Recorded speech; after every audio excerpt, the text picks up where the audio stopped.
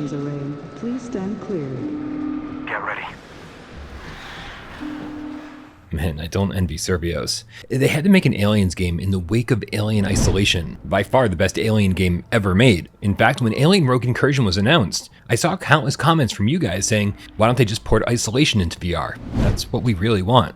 And as much as I love that too, after making great games like Raw Data, Sprint Vector, Creed Rise to Glory, Battle Wake, and Electronauts, I was interested to see what Survios could do with this legendary IP.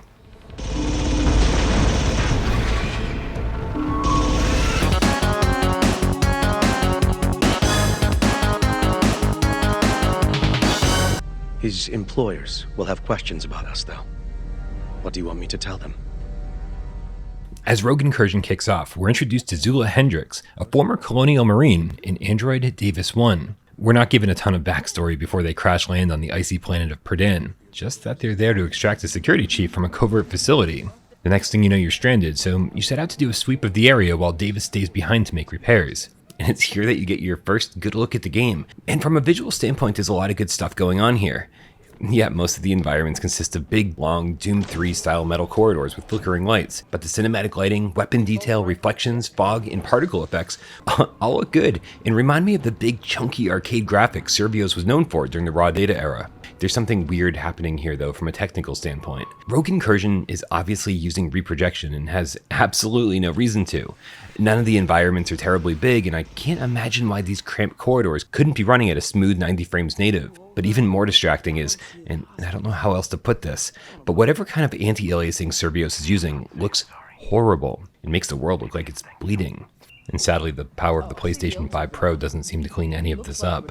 Sporting the identical resolutions, frame rates, and graphical artifacts as the standard PS5. The audio does fare considerably better though, with chilling selections that feel like they were pulled straight out of a horror movie, great ambient background noise, and some really impactful weapon sound effects. Though Davis does have a tendency to repeat the same voiceovers again and again when he's by your side.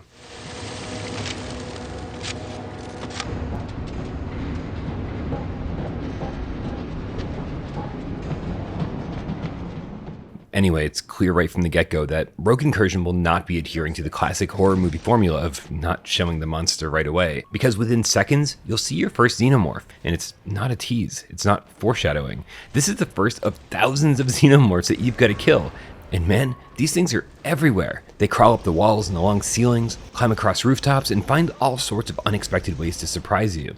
And true to their reputations, xenomorphs are brutal, and when they go down hard in a splat of acid that deteriorates the ground around them. So I'm happy to report that the pulse rifle, handgun, and shotgun all feel as impactful as they should, with a strong haptic response and great adaptive trigger support from the Sense controllers. In other words, the gunplay is fun. There's just a lot of it. And listen, I get it. Rogue Incursion's an action game, and we're here to kill aliens. It's what we signed on for, but it gets excessive. See, there's no way to clear a room permanently, and there's a lot that needs to get done while you trek from point A to point B.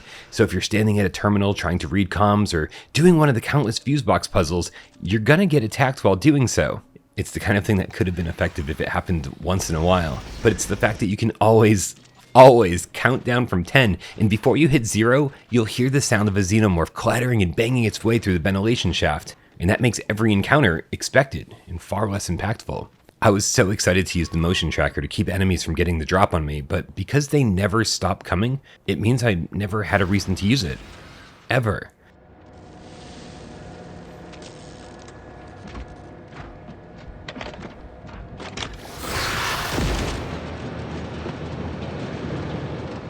I also think that controlling Zula can feel a little bit clumsy.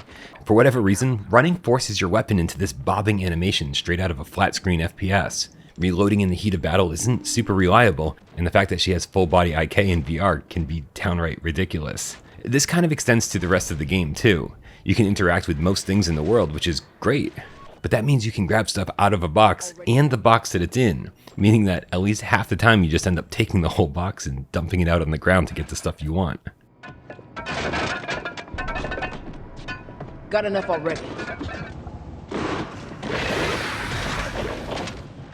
Despite some complaints, Alien Rogue Incursion was actually a whole lot of fun. The story ties into Alien Isolation and references Amanda Ripley quite a bit, so fans of the series will have some lore to dig into, with Hendricks' loyalty to Davis taking center stage throughout the adventure, along with some cool but ultimately predictable moments.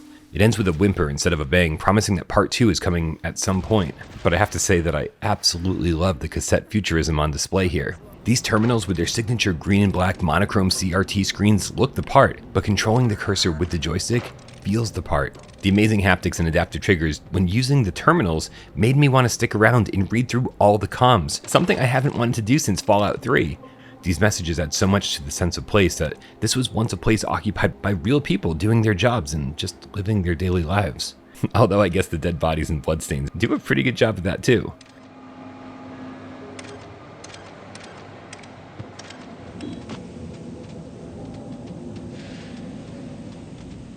Incursion takes place entirely on the Perdan research base, which operates as a small open world with some really minor Metroidvania elements, which means that even though the game tells you where to go, you're generally free to wander off and go wherever you want. And despite the fact that this caused me to get lost on numerous occasions, remember I'm not that smart and I have zero sense of direction, I actually love the freedom. There are optional rooms and areas everywhere, some that are welded shut and need the torch to open, but most of them are sealed off with these fuse box puzzles. You're just rerouting power from one side of the box to the other, and I swear this is all you're doing for about 30% of the game, and the formula never evolves much. But what can I say? They were fun. It took me less than 9 hours to finish Incursion on the default difficulty, but at least an hour of that was replaying sections I'd already played before, sometimes more than once. So heed my warning and make sure you save at every single panic room you find, because the autosave checkpoints are way too far away from each other. Running low.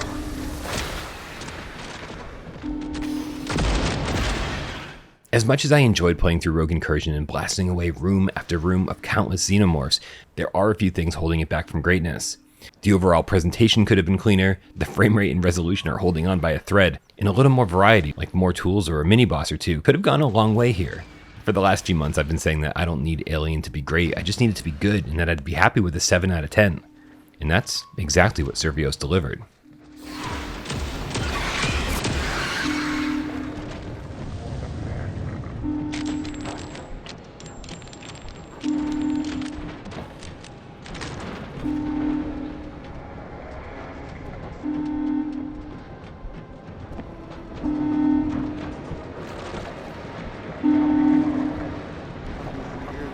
Time for me to go to work. Did you just...